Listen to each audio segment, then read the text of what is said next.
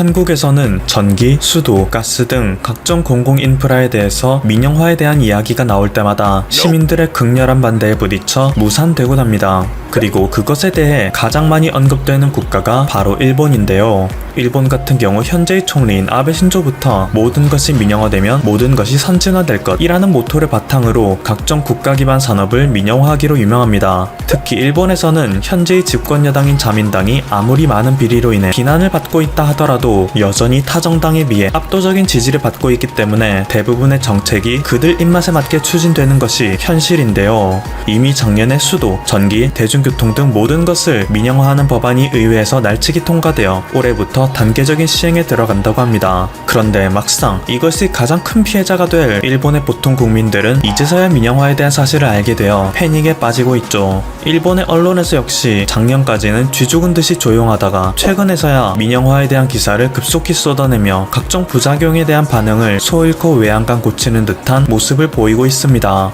한국에서는 민영화에 대한 대표적인 부작용을 요금 상승 등으로 소개합니다. 하지만 실제로 일본에서 일어나고 있는 부작용을 살펴보면 요금 상승은 사실 애교 수준에 불과하다는 것을 알 수 있는데요. 일본의 갈라파고스화는 이 민영화 정책에 근본적인 귀책 사유가 있다고 해도 과언이 아닙니다. 선진화를 명목으로 내세운 민영화가 오히려 일본의 갈라파고스화를 부추긴다니 정말 아이러니한 일이죠.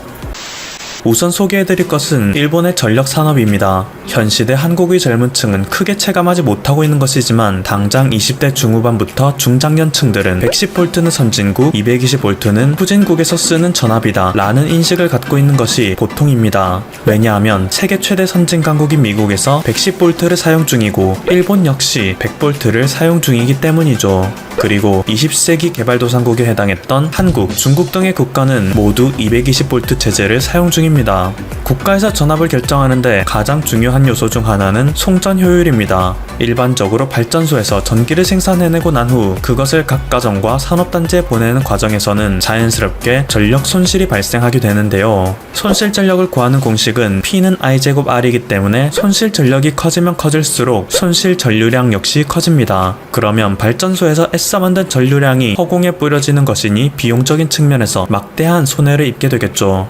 하지만 또 손실 전력 P가 V분의 P제곱 R이기 때문에 손실 전력은 송전 전압의 제곱에 반비례합니다. 그래서 송전 전압을 높일수록 손실 전력을 줄일 수 있는 것이죠. 때문에 우리가 일상생활 속에서 볼 수 있는 이 송전탑은 엄청나게 높은 전압을 갖고 있기 때문에 일반인들의 접근을 금지하고 있고, 여기서 보내는 전력은 도시 속 곳곳에 설치되어 있는 변압기를 통해서 220V로 감압되어 사람들에게 사용되는 것입니다. 이 변압기들은 우리가 흔히 볼 수 있는 전봇대에서 찾아볼 수 있죠. 그리고 이 변압기가 전기를 220V로 낮추느냐 110V 정도로 낮추느냐가 우리나라와 일본, 미국의 차이점에 해당하는 것입니다.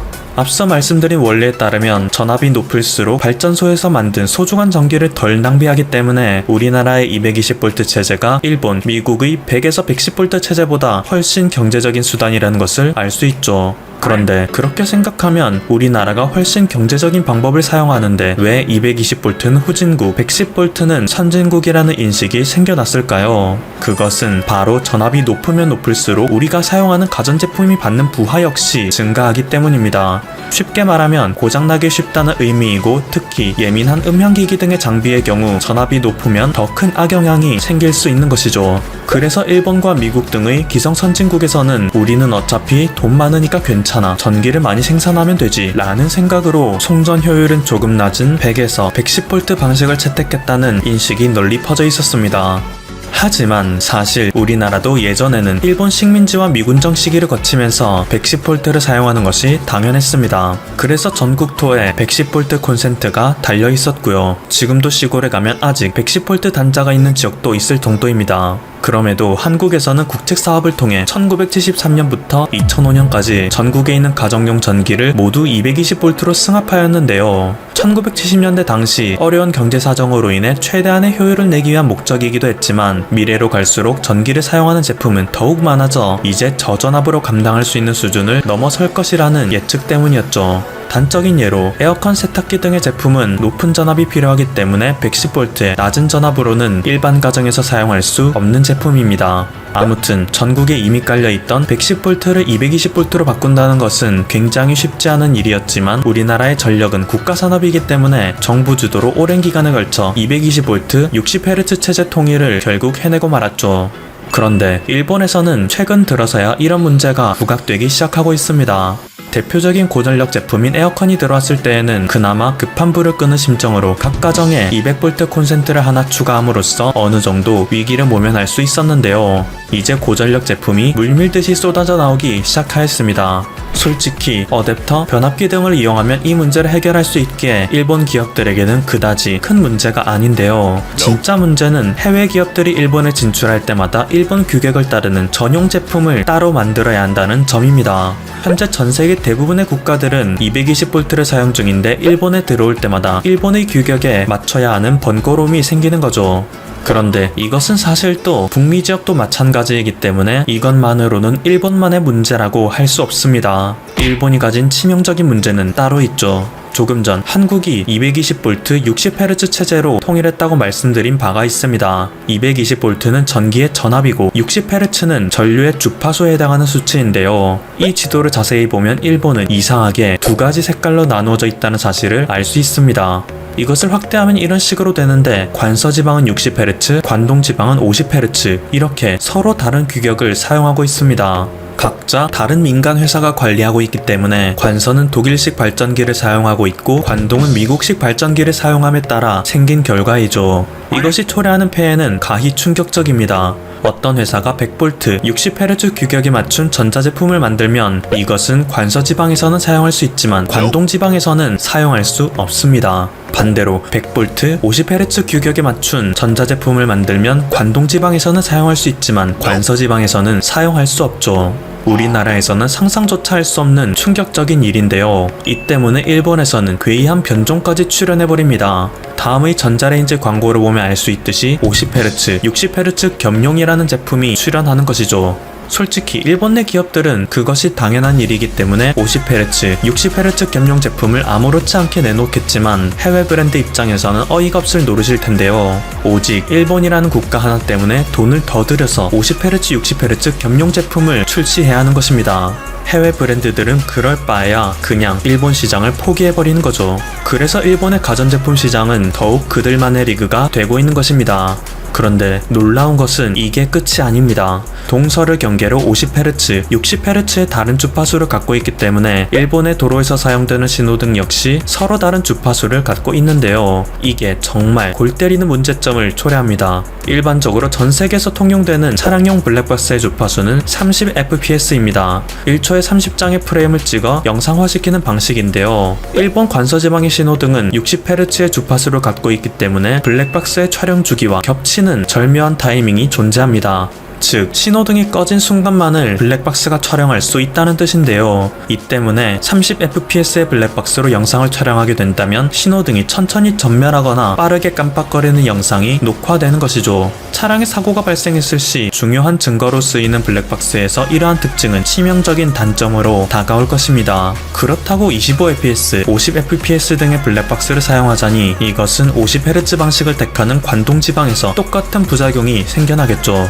결국 일본에서는 19.1fps, 29.1fps 등의 끔찍한 혼종이 태어납니다. 또다시 그들만의 리그가 시작된 것이고 해외 브랜드로 하여금 일본 시장에 들어오기 꺼려지도록 만드는 것이죠. 혹자는 이렇게 말합니다. 일본은 지진 등의 자연재해가 많기 때문에 한국처럼 220V 체제를 택하면 사고의 위험이 증가한다라고 말이죠. 하지만 일본 뺨 때릴 정도로 자연재해가 빈번한 뉴질랜드나 아이슬란드도 220V를 사용하고 있는 것을 보면 이러한 주장은 그저 구차한 변명에 불과하다는 것을 알 수 있습니다. 게다가 동서를 경계로 나누어진 주파수 체계는 변명의 여지도 없고요. 일본이 구시대의 체계를 버리지 않고 계속 유지하는 이유는 오직 하나입니다. 민영화로 인한 기업들의 이기심이죠. 우리나라의 경우 이것을 국책사업으로 지정하여 막대한 돈을 투입하였지만 일본은 전부 사기업에 의해 운영되기 때문에 굳이 돈을 들여서 국민들 좋은 일을 할 필요가 없는 것입니다. 게다가 앞서 설명드린 것처럼 이것은 일본의 갈라파고스화를 부추겨 일본의 국내 기업들을 보호하는 효과가 생기기 때문에 일본의 일본의 가전기업들이 전력회사들을 꾸준히 로비하고 있기도 하고요. 이러한 갈라파고스화는 일본의 가전제품 시장 전반에 펼쳐져 있습니다. 한때 일본이 전 세계를 휩쓸었던 영상 시장이 대표적인데요. 전 세계가 새로운 기술을 도입하면서 발전하고 있을 때 일본 혼자 세계에서 도태되고 있는 그들만의 독자적 규격을 사용했습니다. PDP 디스플레이, HD DVD 규격 등이 바로 그것이죠. 일본에서는 시대의 흐름을 읽지 못하고 자신들만의 규격을 밀어붙이다가 모두 국제사회에서 망해버리고 말았습니다. 살아남은 몇몇은 오직 일본 국내 시장에서만 명맥을 유지하고 있을 뿐이죠. 지금부터 소개해드릴 것은 시청자 여러분께 충격 그 자체로 다가올 텐데요. 최근 넷플릭스, 웨이브 등의 OTT 서비스가 발달함에 따라 전통적인 TV의 역할은 점점 희미해지고 있습니다. 그리고 한국의 경우 OTT 서비스가 도입되기 전에도 이미 IPTV로 인해 방송사에서 송출한 프로그램을 자신이 보고 싶을 때 언제든지 재생해서 볼 수 있는 환경이 갖추어졌었는데요. 일본에서 이러한 것은 절대 상상할 수조차 없습니다. 일본은 여전히 TV 프로그램 시장이 강세이고 심지어 TV 프로그램을 녹화하는 DVD 레코더가 불티나게 팔리고 있습니다. 우리가 흔히 인터넷을 통해 쉽게 시청할 수 있는 TV 프로그램의 재방송을 일본에서는 반드시 본인이 직접 녹화해야 볼 수 있다는 것이죠. 이 DVD 레코더의 기능은 정말 어마어마해서 무려 스마트폰과 태블릿으로 영상을 중계해주는 기능도 갖추고 있습니다. 그러면 굳이 TV가 아니더라도 안방 침대에 누워 스마트폰과 태블릿으로 볼 수 있으니 일본에서는 혁명과도 같은 기술이죠. 또한 동시에 녹화할 수 있는 프로그램이 2개 이상이라는 우리로서는 상상조차 할 수 없는 최첨단 기능도 있습니다. 이제 아버지 또는 어머니와 시청하고 싶은 TV 프로그램이 달라도 동시에 녹화하여 각자 볼 수 있으니 집안의 평화는 유지되겠네요. 게다가 일본에서는 무려 휴대용 텔레비전도 인기 절정입니다. 예전에 우리가 사용했던 DMB와 유사한 제품인데요. 가정 내 목욕 문화가 발달한 일본답게 무려 방수 기능도 갖추고 있어 일본 내에서 불티나게 팔리고 있죠. 일부 부유층에서는 아예 욕조에 소형 텔레비전이 따로 딸려 있다고도 합니다.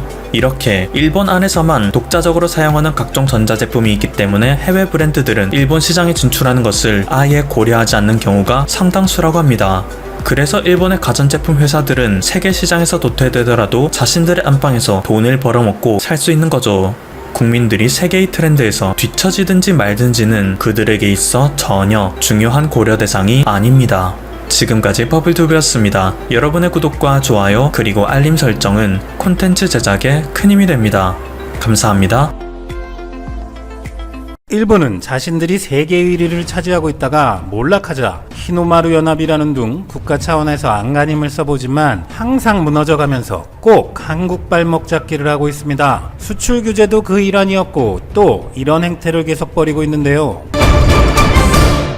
최근 일본 언론이 타격은 일본 기업에 라는 제목의 기사를 통해 한국에 대한 수출 규제는 오히려 일본 기업에 부정적인 영향을 미쳤다고 보도한 것이 화제이죠. 이미 한국에서는 모두 알고 있는 사실이지만 과연 일본 메이저 언론은 어떻게 인정하는지 내용을 요약해보면 한국 기업이 수출 규제 강화에 대응해 부품 소재 등의 일본 의존도를 줄이고 주요 상품목은 물론 그 밖의 다른 소재까지 일본의 국가로부터 공급받는 사례가 계속 나오는 등 수출 규제가 역으로 일본 기업에 악영향을 미치고 있다. 일본 물매운동이 장기화하고 닛산 자동차나 유니클로 자매 브랜드 GU가 한국 철수를 결정하는 등의 사태도 발생했다. 일본 정부가 수출 관리를 강화한 배경에 강제징용 문제가 있다는 점이 문제인데 한국의 올바른 대응을 촉구한다는 의도는 이해할 수 있지만 경제의 급소를 찌르는 방식이 올바른 것이었는지 의문이 강해지고 있다는 것입니다. 그동안 이런 내용을 일본 언론에서는 애써 외면하면서 거의 보도를 하지 않았는데 왜 뜬금없이 이런 논조의 기사가 나오는 걸까요? 바로 아베의 지지율이 급격히 떨어진 가운데 포스트 아베 내각에서는 방향을 바꿔야 한다는 언론의 압력으로 볼 수 있다는 것입니다.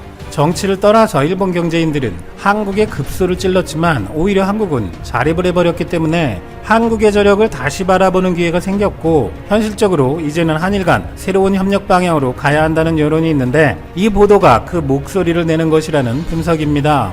하지만 전문가들은 아베 정권은 혐한 정책이 지지율의 기반이기 때문에 당장 정책 변화는 어렵고 최소한 아베 정권이 바뀌는 것까지는 이런 행태를 계속 지속할 것이라고 예상합니다. 그래서 그런지 이렇게 수출 규제는 처참하게 실패했어도 역시 일본은 포기하지 않고 2차 한국 발목 잡기를 시도하고 있습니다. JOLED라는 한국인들에게는 낯설은 일본 기업이 뜬금없이 삼성을 상대로 대규모 소송을 제기한 것입니다. 이 JOLED라는 기업은 2015년 일본 정부 주도 민간 펀드인 산업혁신기구, 재팬디스플레이, 소니, 파나소닉 등이 합작해 만든 OLED 전문 기업입니다. 이렇게 일본 정부의 영향력 하에 있다고 볼 수 있는 이 회사가 삼성전자의 42종에 달하는 스마트폰 라인업에 대해 소송을 제기한 것이죠. 2014년 9월 출시된 갤럭시 노트 4를 시작으로 갤럭시 노트 4에서 10 시리즈, 갤럭시 S5에서 S10 시리즈를 포함해 보급형 A 시리즈와 차세대 전략 스마트폰 갤럭시 폴드, G 플립까지가 대상입니다. 사실상 지난 6년간 국내외 시장에 출시된 삼성전자 스마트폰 전 제품군에 대하여 지난 20일 미국 텍사스 지방법원과 독일 마나임 지방법원에 삼성전자와 삼성디스플레이를 상대로 특허 침해에 따른 손해배상 청구 소송을 제기한 것입니다. JOLED가 텍사스 지법에 제출한 소장은 총 75장 분량에 달하는데 삼성이 자사가 보유한 미국 특허 총 5가지를 침해했다고 주장했는데 이 특허들은 디스플레이 장치 그리고 이를 통해 흐르는 신호를 제어하는 방법들과 관련한 내용입니다. JOLED는 삼성 갤럭시 스마트폰의 특허 침해로 막대한 손해를 입었다. 삼성의 특허 침해는 명백히 고의적이고 의도적인 행동이었다 라고 주장하고 있습니다. 모두 잘 알고 있듯이 LCD 산업에서 중국 업체들의 저가 공세에 따른 가파른 판가 하락으로 수익성이 악화하며 제품 경쟁력을 더 이상 유지하기 어려워졌기 때문에 이미 일본 기업들도 LCD 산업에서 거의 손을 떼고 있고 한국 역시 삼성 디스플레이도 첫 수를 밝혔고 LG 디스플레이 역시 TV용 LCD 생산 중단을 밝혔는데요. 대신 LCD를 대체할 차세대 디스플레이로 OLED에 집중하고 있습니다. 모바일 등에 쓰이는 소형 디스플레이 분야에서는 삼성 디스플레이는 글로벌 점유율 88.7%로 독점에 가까운 상황이며 TV에 쓰이는 대형 디스플레이는 LG 디스플레이만이 대량 생산에 성공한 상황으로 한국의 두 업체가 각 분야 점유율과 기술력 모두 최강의 자리에 있는 상황입니다. JOLED는 2015년 설립된 반면 삼성은 이미 그 전인 2000년대 초반부터 개발에 착수했고 2007년 세계 최초 능동형 OLED 패널 양산에 성공, 2019년에는 이미 새로운 폼팩터인 폴더블 디스플레이를 내놓기도 한 만큼 기술력의 격차는 두말할 필요도 없는데요. 그렇다면 JOLED는 왜 특허 소송을 냈을까요? 물론 일본의 JOLED도 자사의 특허를 주장할 수도 있습니다. 하지만 업계에서는 JOLED가 세계 최대 OLED 기업인 삼성을 저격한 것은 OLED 생산에서 큰 부분을 차지하는 핵심 특허는 아닐 것으로 보는 해석이 지배적이고 디스플레이 기술 흐름이 LCD에서 OLED로 변화하는 과정에서 일본 기업들이 완전히 도태되고 한국의 패권을 주도하자 도발에 나선 것이란 분석입니다. 그 이후로 첫 번째는 JOLED의 모회사인 재팬디스플레이가 최근까지 자금난을 겪었던 만큼 JOLED가 보유한 특허에 대해 로열티를 받아 수익성을 내는 방식으로 사업 다각화를 꾀하고 있는 것으로 보이고, 두 번째는 바로 작년 7월 반도체 디스플레이 3대 소재 품목 수출 규제로 삼성, LG를 위기로 몰았던 일본의 2차전 예고라는 관측도 나오고 있습니다. 1970년대 샤프 등이 계산기용 액정 양산에 성공하면서 급성장한 일본 디스플레이 산업은 1990년대까지 전성기를 누렸는데 소니 등 10여 개 기업이 LCD 패널을 생산하던 일본은 1998년 세계 디스플레이 시장에서 80% 점유율을 자랑하기도 했었습니다. 하지만 삼성 디스플레이, LG 디스플레이, AOU 등 한국과 대만 업체들이 대규모 투자를 진행하면서 일본 업체들의 LCD 시장 점유율은 2006년 16%까지 급전직하하며 존재감이 희미해졌습니다. 그러자 아베 신조의 자민당에서는 정부 주도로 살아난 일본 항공을 모델로 정부 주도의 민간 펀드인 산업혁신기구가 2천억엔, 우리 돈 약 2조 400억 원을 투자하며 소니, 도시바, 히타치 3대 기업의 LCD 사업을 통합해서 재팬 디스플레이를 만듭니다. 애플이 재팬 디스플레이 LCD 디스플레이를 채용하고 자금도 빌려주며 애플 전용 LCD 공장까지 만들면서 초반 실적은 좋았습니다만, 그런데 삼성 LG가 OLED로 플래그십 스마트폰을 내놓자 위기감을 느낀 애플이 아이폰 X부터 오히려 삼성 OLED로 전환하면서 재팬 디스플레이는 닥쳤던 개가 돼버리고 맙니다. 재팬 디스플레이는 그나마 납품하는 LCD도 플래그십급이 아닌 저가형인데다가 OLED 기술도 생산 라인도 없기 때문에 이제 애플의 플래그십 아이폰에 LCD를 납품하지도 못하는데 애플은 나을 바 아니라며 부채 상환을 요구하는 것이죠. 그리고 정부의 주도로 만든 회사이다 보니 CEO도 디스플레이와 관련 없는 인사가 일본 정부 추천으로 낙하산으로 들어왔으며 회사가 적자가 나도 일본 정부가 자금을 지원할 것이기에 자신들을 버릴 수 없다는 해이한 자세로 운영된 결과 올해는 130억 원에 달하는 분식회계도 폭로되기까지 했고, 경영난 끝에 JDI는 LCD 사업을 대폭 축소했고 올 들어 주력 공장까지 매각한 결과로 이어졌습니다. OLED 산업에서도 뒤늦게 일본 민간 펀드인 산업혁신기구가 개발비로 750억엔을 대출하고 소니와 파나소닉의 OLED 사업부를 합쳐서 자회사인 JOLED를 설립했지만 결과는 아직까지 이렇다 할 양산 제품도 없는 상황에서 뜬금없이 삼성에 대규모 특허 소송을 하고 있는 것입니다. 여담으로 일본에서는 이처럼 정부 주도로 기업연합을 만들었다가 폭망하는 사례는 꽤 있습니다. 1999년 당시 반도체 시장을 장악해가던 한국을 타도하고 1980년, 90년대 반도체 산업의 영광을 재현한다며 NEC, 히타치 제작소의 D램 사업을 통합해 엘피다 메모리를 창립했던 것이 대표적인데요. 이후 미쓰비시 전기의 D램 사업까지 흡수해 덩치를 더 키웠지만 시간이 흐를수록 폐색이 짙어져서 일본 정부는 2009년 엘피다의 공적 자금 300억엔을 투입하며 지원에 나섰으나 결국 엘피다는 2012년 파산을 신청했고 2013년 미국 마이크론에 흡수되며 일본의 반도체도 사라진 바 있습니다. 이후 디스플레이 산업에서도 방금 얘기한 재팬 디스플레이와 JOLED를 만들었지만 한국, 중국에 밀려 폭망했습니다. 이런 외국에 맞서 정부 주도로 만든 기업연합을 일본에서는 태양을 본뜬 붉은 동그라미, 즉 일장기의 별칭인 히노마루 연합이라고 부르면서 일본 특유의 국가적 자존심을 걸어보지만 결과적으로는 안 좋은 결과가 나오곤 하는데 일각에서는 일본은 그렇게 폭망하면서도 항상 한국의 발목을 잡는 행태를 보인다는 지적도 있습니다.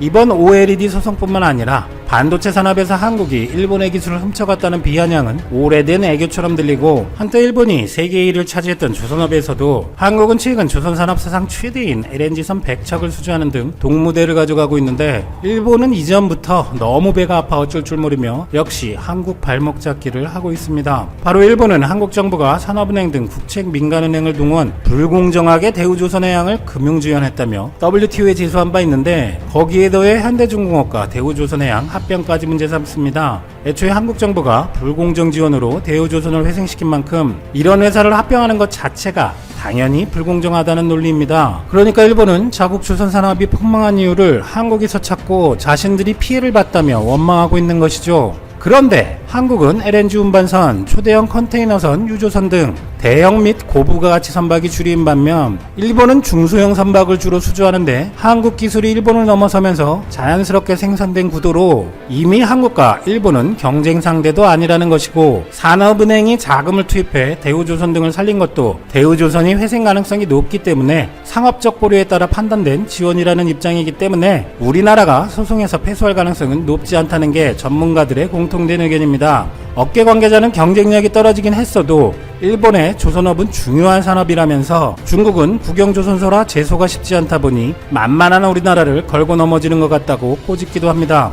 이렇게 일본은 반도체, 디스플레이, 조선 등 자신들이 세계 1위를 차지하고 있다가 몰락하자 히노마루 연합이라며 국가 차원에서 안간힘을 써보지만 항상 무너져가면서 그 분노를 한국에 딴지 걸기로 표출하고 있습니다. 반도체 디스플레이 소재 수출 규제가 제대로 안 되자 이어 이번에는 뜬금없이 일본 정부 영향력이 큰 재팬 디스플레이 자회사가 삼성에 대규모 특허 소송을 건 것도 마찬가지로 보입니다. 참 애잔합니다.